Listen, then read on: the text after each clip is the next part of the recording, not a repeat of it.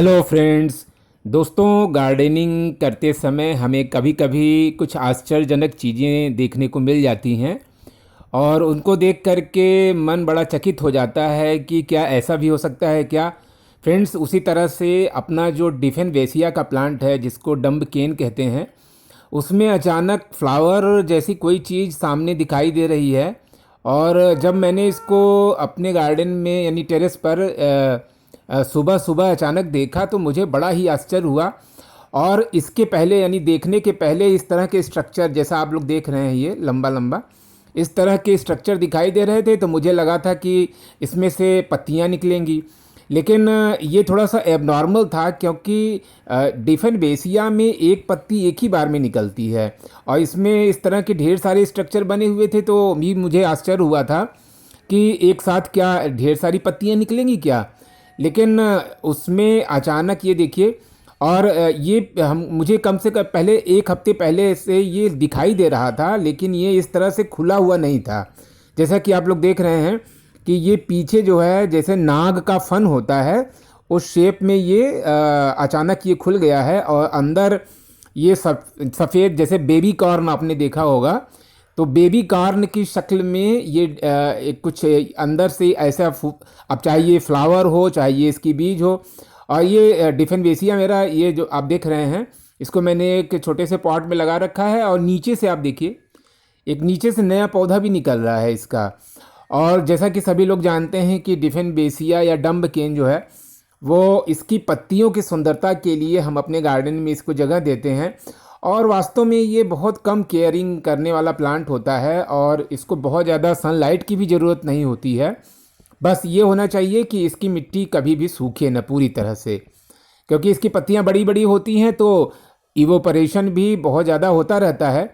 इसलिए हमेशा इसकी जो जड़ें हैं वो हमेशा नमी के संपर्क में रहनी चाहिए। लेकिन फ्रेंड्स, हम लोग ये बात कर रहे हैं कि आखिर में ये क्या चीज़ है, तो मैंने गूगल में सर्च किया तो मुझे पता चला कि ये डिफेनबेसिया में जो फ्लावरिंग होती है वो बहुत ही रेयर होती है।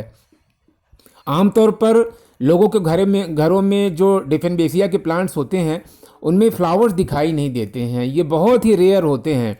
आप भी चाहें तो गूगल में सर्च करके देख सकते हैं।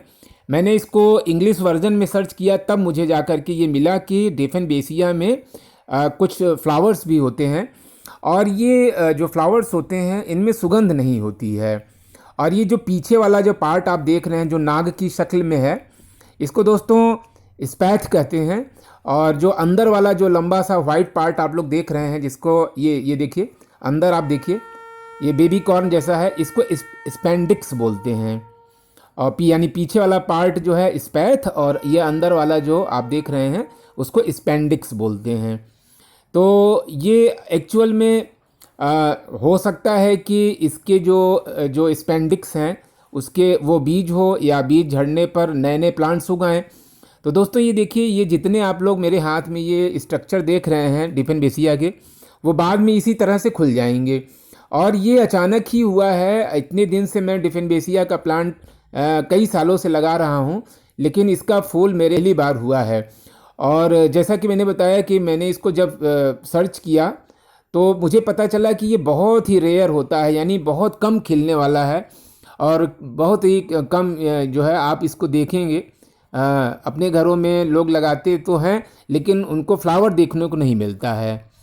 तो ये सारी जानकारी मुझे मिली है। वैसे तो मैं डिफेनबेसिया को लगाने का तरीका वगैरह सारी चीज़ें वो सब जानता था, लेकिन इसके फ्लावर के बारे में मुझे पहले से नहीं पता था कि इसमें फ्लावर भी होते हैं।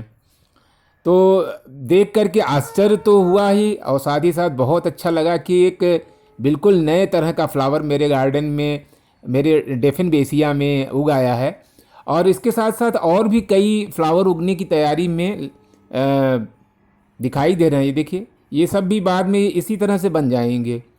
अभी ये देखिए, एक पत्ती को मैंने तोड़ करके देखने की कोशिश किया तो ऐसा वो बुरी तरह से लिपटा हुआ था कि आगे तोड़ने की हिम्मत नहीं हुई, तो मैंने उसको इसी तरह से छोड़ दिया। फ्रेंड्स, इसको डम्ब केन कहते हैं।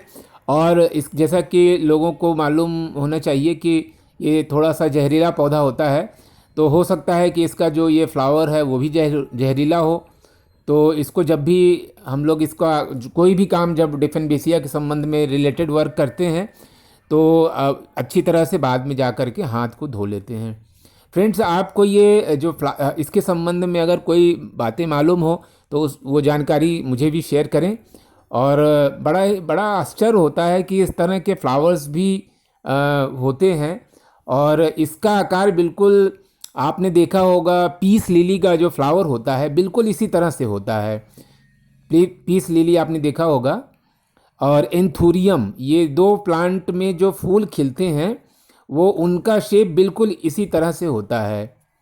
और बड़ा महंगा मिलता है जो पीस लिली और एंथूरियम का प्लांट होता है, लेकिन डिफेनबेसिया तो बहुत सस्ता मिलता है, बहुत ज़्यादा महंगा नहीं मिलता है। और इसका प्रोपेगेशन बहुत आराम से किया जा सकता है। इसकी कटिंग को बस काट करके कुछ दिनों के लिए सूखने के लिए रख दें और उसके बाद जो है रेतीली मिट्टी में आप इसको लगा दें। आप बालू में भी लगा देंगे तब भी इसमें जड़ें आ जाएंगी। बस ये ध्यान रखना चाहिए कि उसमें बीच बीच में उसकी जड़ों के पास, यानी जिसमें आप लगाएं वो मिट्टी उसकी जो है नमी रहे, उसमें नमी रहे। उसकी मिट्टी सूखनी नहीं चाहिए, क्योंकि अगर मिट्टी सूख जाएगी तो पौधे पहले अपना कलर छोड़ देते हैं। यानी जो इसका चित्तीदार जो कलर है, आप देख रहे हैं कि हरे हरे पत्तों के बीच में सफ़ेद रंग के जो इसके छींटदार कलर होते हैं वही तो इसकी सुंदरता को बढ़ाते हैं। और उसी सुंदरता के बीच में ये फ्लावर भी उगाया है। तो दोस्तों, डिफेनबेसिया में ये जो बड़ा ही आश्चर्यजनक फूल आप देख रहे हैं, तो ये देख के आपको कैसा लगा? और अगर आपको इस संबंध में कोई जानकारी हो तो आप भी बताएं। तो दोस्तों, इस फूल को देख करके बड़ा आश्चर्य होता है। और फिर इसके संबंध में कोई भी जानकारी मुझे मिलेगी तो मैं फिर शेयर करूँगा। तो मिलते हैं फिर दूसरे वीडियो के साथ, तब तक के लिए थैंक्स फॉर वॉचिंग।